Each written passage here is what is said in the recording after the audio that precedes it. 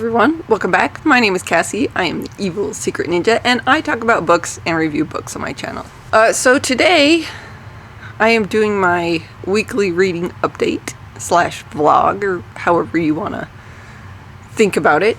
All the books and everything that I have finished last week, what I'm reading right now, and what I plan to pick up next. So as I had been saying, I wasn't reading as many books this year as I read last year and the year before, and I can definitely see that I'm not finishing 5, 6, 7 books in a week. I'm finishing quite a bit less, and I'm actually good with that. I think before I kind of felt some pressure to get through all those books, and now I'm not feeling so much pressure, so it's really nice. So anyway, it's the week of January 16th, halfway through the month. So here's my update on my reading so far this month. So I finished 2 books this week. The first one that I finished was Dune by Frank Herbert. And after reading it and finishing it, I am left with this thought as to why I didn't do this before. Why have I waited so long to read this book? I've known the story, I've seen the adaptations, I even watched the new adaptation, which was really well done. I liked it a lot. Dune has been around for a very long time, so I don't think I have a good excuse for not have read it before. So in Dune, the kind of overall premises that we follow a family, the Atreides family, the Duke, his son, and his concubine. And they are sent to Arrakis, which is the Dune planet, the planet with very little water, and life is hard there, and there's sandstorms and sandworms, and survival is very difficult. And why are they there? Drugs. There's a substance on this planet called spice, which apparently is the key to a lot of things, but basically it's a drug. So, same old, same old. Why do anything else other than just so you can get high? So when they get there, the previous occupants of the planet who are running the spice trade have kind of sabotaged the new owner's ability to get spice. House Atreides is betrayed, and the old owners are brought back in to save the spice trade because they took it from House Atreides. Paul, the Duke's son, and his mother, and the unborn Duke's daughter, travel to the desert to find the Fremen, who are the occupants of the planet, who have had so much spice that their eyes turn blue, and they have been living in the desert and living off the desert, and they're the ones who are going to rise up against House Harkonnen to retake the planet and claim Dune as their own so that they can control the spice trade. Kind of sounds like a drug lord war. That's probably what it is. Overall, it was a really great read. Like I said, I can't believe I've waited this long to read it. I should have read this long ago, but I didn't, and I'm just grateful I read it now. I certainly will be continuing the series at some point. I typically don't read series back to back. I like to have a little bit of space in between. So I'll probably be working on some other science fiction series at the same time as Dune. Alright, so that's the first book I finished. Second book I finished was Iron Gold. Iron Gold is the 4th book in the Red Rising series. Iron Gold is the story of what happens after the rebellion. At the end of the first trilogy for the Red Rising series, there was a conclusion. You thought certain people were going to get their happily ever after. In Iron Gold, you find out that's not what happens. That there's so much more, and that rebellions and all of that stuff never quite turn out the way that the leaders expect. That they want equality and they're fighting for equality, but what is the price that it takes? And are they ever free from the conflict, and do they ever get to rest? And I have to say, the end of this book got me concerned. There were things that happened at the end. Well, it's making everybody question whether or not the sacrifice that they made was worth what they paid. And maybe they should have made other choices. Even though the outcome of the rebellion came out one way, was not the end, and this is the continuation. What happens after? Awesome. Enjoyed it. I have the next one in the series. I'll pick it up at some point. Right, so those are the 2 books that I finished last week. Currently, I'm making my way through a bunch of different stuff. Right, so currently, first book that I'm reading is Us Against You, which is the second book in the Beartown series by Fredrik Backman. And I'm about halfway through. I should finish it today or tomorrow. And this is about a hockey town. There, in the last book, there was a tragedy that happened that pretty much divided the town. This is the aftermath. The town is very much divided about the event that happened in the first book. Even though lies have been exposed, people are still refusing to believe them. What does that sound like? And there's actually a really great chapter in here where the author explores lies a little bit and why it's easier to believe a lie than it is the truth. I almost wish I could quote this whole book. Almost all of it. I won't say all of it.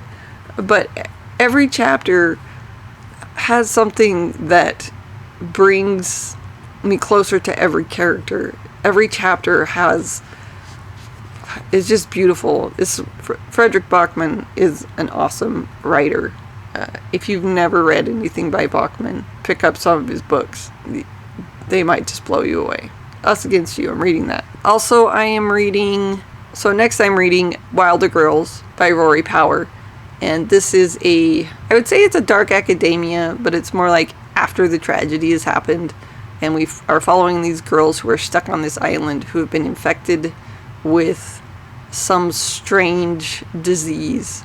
And because of this, they have been quarantined from the rest of the world. And this whole island is now infected with this disease, and it is affecting all the plant life and the animals. Obviously, the girls at this institution. It has slowly killed some of them. Others of them it has changed in some really gross and bizarre ways. And they're trying to survive. They're hoping that the people on the mainland are trying to find a cure. So far, it's going pretty good. There's some kind of a little bit of gross body horror in it, but I don't say that necessarily bothers me. So that's the next one I'm reading. And then the next book that I am currently working through is the Memoirs of Sherlock Holmes by Sir Arthur Conan Doyle. And this is, I believe, on Goodreads it's called Book 4 of Sherlock Holmes.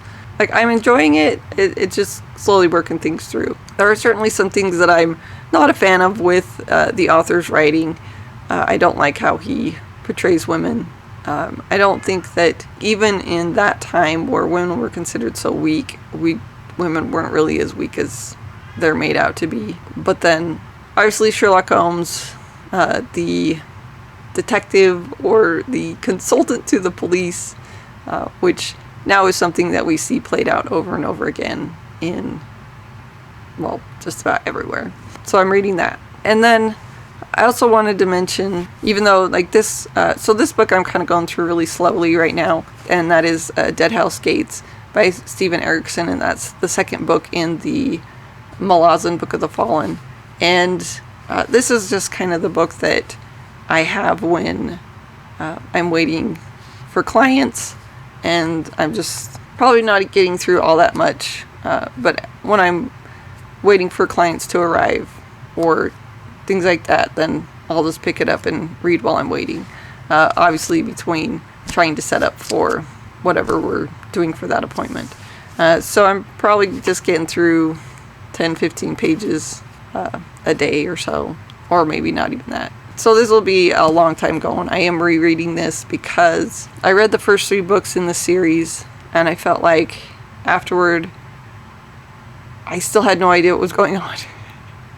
I mean, I got through some of it, and I mean, other than I'm like, okay, this world seems very much like there's these gods that are fighting each other and at war with each other, and they're just using people are just getting in their way, and they're just using people to fight their war with no regard for who dies or what happens to them. And maybe that's just the overview. But yeah, I'm trying to see if I can get a little bit more out of it so that as I continue the series. So I'm not really going to talk more about it or tell you about it in future videos, but until I finish it. But I am doing that. Alright, so those are the books that I am currently reading, and these are the ones that I plan to pick up next. And I know I mentioned this last time, but I'm going to pick up One Flew Over the Cuckoo's Nest by Kesey, and this is a story about the mental health system in America in the 1960s. It follows a man in a mental institute and kind of what happens there. Seen the movie, certainly heartbreaking. I've even watched Ratchet, which I guess they're basing saying that the nurse in that show, the nurse from One Flew Over the Cuckoo's Nest, this is her backstory, which I didn't agree with that at all. I mean, the show was fine, but I'm not going to say that I thought that was somehow related to the nurse, at least in the movie of One Flew Over the Cuckoo's Nest. Maybe in the book it's a little bit more cut and dried, but I highly doubt it. And then I will pick up, when I'm done with Wilder Girls, I plan to pick up Circe by Madaline Miller, and I believe this is a Hades and Persephone retelling. Either way, it's Greek mythology with kind of a twist to it. Haven't read anything by this author, so and I've heard that this is pretty decent, so I'm excited to see what it's about. The next audiobook that I'm hoping to pick up after I'm done with the Memoirs of Sherlock Holmes is Kings of Ruin, which is the first book in the Kingdom of Sand series by Daniel Areson. I know this is a fantasy. This is one that was it was in the Audible catalog. So yeah, I'll be listening to that next. Okay, so those are all the books that I finished this week, what I'm currently reading, what I'm hoping to pick up next.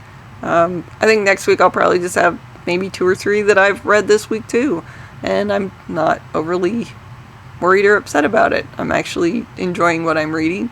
Don't feel like I have so much pressure on myself to finish a book and then start another one, because I've got other things going on that are really exciting. So thank you guys all for watching, and I hope you guys all have a lovely day. Thanks, bye.